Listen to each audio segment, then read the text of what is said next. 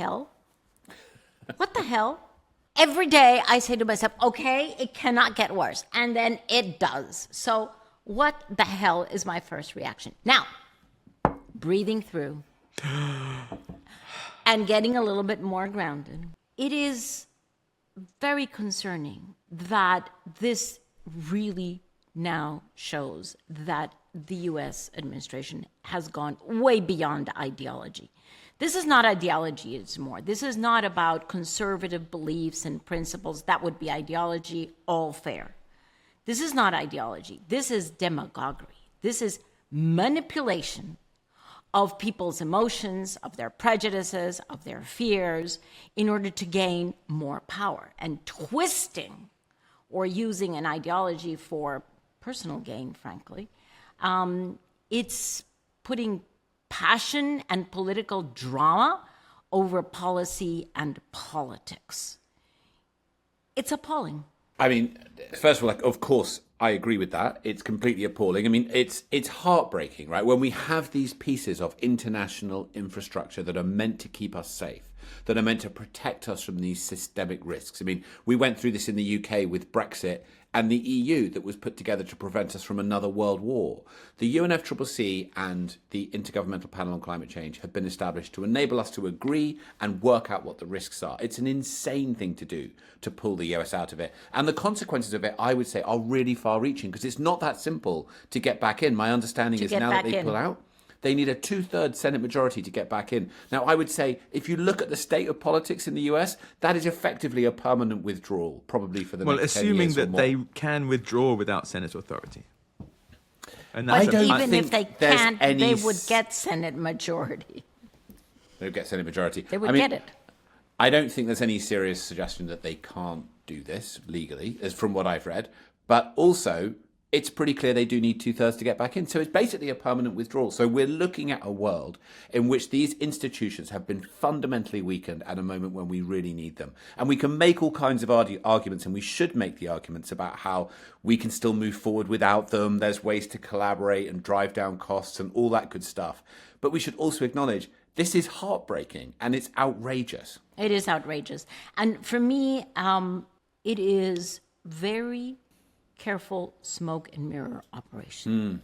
Because what they're doing here is they are trying to weaken international governance that has been functioning, not ideally, not perfectly, but has been functioning since the Second World War. They are trying to weaken that international governance to do this smoke and mirror operation about the fact that he's actually debilitating, or rather running roughshod on domestic governance in the United States. That is what he's really doing. So this is debilitating both the US domestically and internationally. And my question to the two of you is, what's the advantage to the US of this? Why is this being done? There's got to be an advantage. What is it? I haven't figured it out, so I'm hoping you have. The advantage to the US.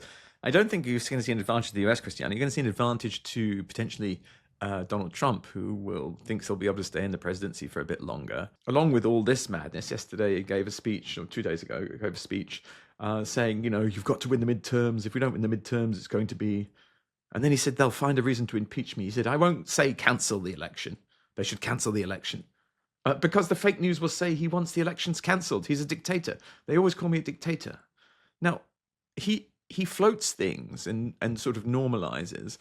He can easily be stopped. It takes like 10 Republican senators and 10 or 15 Republican Congress people, and he's stopped dead in his tracks. But there's this thing now. People are saying, well, if it's going to turn into a dictatorship, I can't be on the wrong side of it. Am I going to be arrested? Are ICE going to come for me at 2 a.m? Friends, we're not there yet, but we're so close. We've got to have action now to bring this to some kind of halt. Snap out of it, everyone. This isn't a joke. The dollar's down 10%, by the way, in the last year. It might look like the US stock market's doing all right, but the American system is not doing well. Well, let's get to. I agree with all of that. Let's get to what this is going to mean for emissions trajectory. Is this going to change our chances of keeping to 1.5 degrees? They weren't going that well up to now. We can acknowledge that. We're already at nearly 1.5 degrees, and yet every one of these years counts. So we know that the Paris Agreement is in place, and that actually under that agreement, we're now in the era of implementation, in which it's all about, are we deploying solutions? Are we making progress? Do we think that these, as we have all agreed, outrageous announcements made today about pulling out from these critical international institutions, is the net effect of that ultimately going to be that we are less likely to limit climate change? Christiana? In the US or globally? Globally. I mean, because the impact of this, does it have a global knock-on effect that will remove from the US around the world?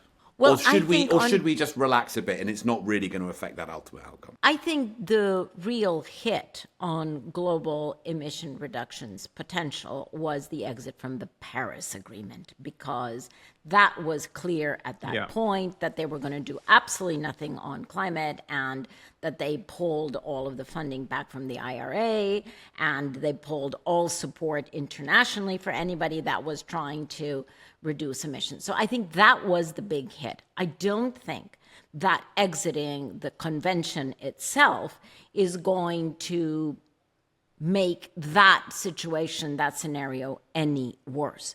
It is more political drama than having a real effect on the ground, at least to the situation that we had just a few days ago. I do think that exiting the Paris Agreement sends the wrong messages to U.S. industry, and they're just, well, as we have said, they're just not going to make any effort. Let me just push back on that a bit, because I mean, couple of months ago, we were all in Brazil, and the Brazilian government made an admirable effort to get the world to agree to roadmaps on fossil fuels and other things, and it didn't fly in the room. And I think much of the analysis we made afterwards was that without the US playing a proactive role, trying to get the world to agree to big things, actually it's very difficult to drive these common outcomes. But then you're talking about two very different things, Tom. You're talking about, does it help if the U.S. administration is a pro-climate change, pro-addressing climate change administration? That's a huge, of course. But what I'm saying is they will never be there again. They will never be playing that role again. So can the UNFCCC function and... Exactly, sad, isn't it? Hold it. The fact is that the U.S. being a party to the convention, to the climate convention, is actually more of an exception than a rule. The United States has been fundamentally and traditionally not want to be a part of international agreements. Point in case, the Biodiversity Convention. Does that mean that they do not participate in the convention? Does that mean that they don't do anything about it? No. They participate as non-parties, and as long as other countries are willing to have them there as non-parties in a non-Trump administration, they can continue to do this. And honestly, being part of the convention or not does not have anything to do with domestic policy and incentives. So any future government that has any brains can definitely put back in incentives domestically for the United States to do its job to keep its competitiveness, and can participate internationally, whether, they sit with one color flag or another color flag in the hall. I don't think makes that much of a difference. Okay, well, I greatly appreciate your optimism, but I mean, I have to say, you have deeper experience with this than me, but I remember sitting in your office at UNFCCC, and the relationships between China and the US, when they agreed, it could bring the world to ambitious outcomes and agreements. Yeah. And if they're not totally there, with you on that. how can we possibly No, but Tom, expect... what I'm saying is they can still be there. That's my point. They can still be there. Pretty different, though, if they're not even participating, they're not part of the convention. You're missing something, Tom, which is like, are they not there forever, or have some crazy people taken over the US federal government for a period of time. And if you want to be optimistic about this, you could say, well, to use a phrase of dear Elon Musk, we really are at a fork in the road. There's either that he's forcing this to the point where there's going to be like no elections ever again, or they're going to lose a lot of power really soon in some massive backlash towards democratic norms. I hope it will be the latter. Yeah, and to get back to climate, Tom, a decent, responsible, mature adult administration can participate in meetings of the convention, can still do cooperation with every other country. It doesn't stop them from doing that. The only thing that would stop them is if other parties all of a sudden go, wait, you're not a party to the convention, you need to leave the room. No one is going to do that. No one is going to do that. So they can still participate. They can still even have leadership. They can still do their bilateral or multilateral negotiations and cooperation agreements. Nothing stops that from happening. Okay. In an adult scenario. That's the qualifier and the thing we're missing. I mean, it's clear that in the short term, in the next 3 years, the U.S. will not be participating of choice, right? They're not participating. Okay, fine.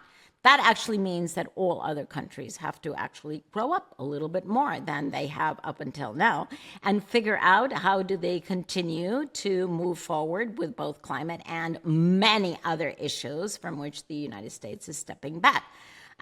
It's maybe not a bad idea to strengthen your own muscles and not rely on a big power while the big power is pouting in the corner. But also, with a new administration, there has to be a dovetailing of the United States coming on board, whether through ratification of the convention or whatever. It doesn't matter. The point is they will come on board and they will have to catch up. That's the problem for them, because everything else will be moving forward. They will have to catch up.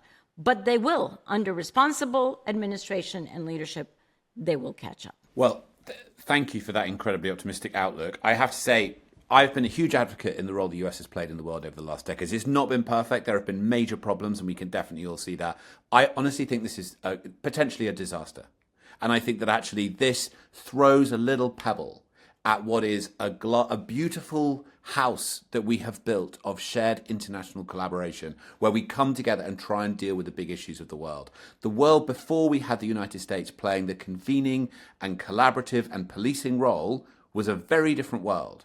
And if the US genuinely pulls back on these different issues, I think we have a very different future in front of us. And I think we need to respond, we need to remain optimistic, but also this is a day in which a future that we don't want came closer, and we're going to have to work out how to respond to that. Does the pebble shatter the glass, or does the pebble invite for strengthening of the glass?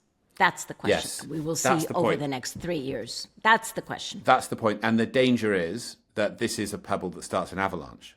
And if that's the case, then we have a completely different future. But if not, and that is all depending on what happens next. So we should get into this next week. Again, welcome to Roller Coaster 2026. Woo!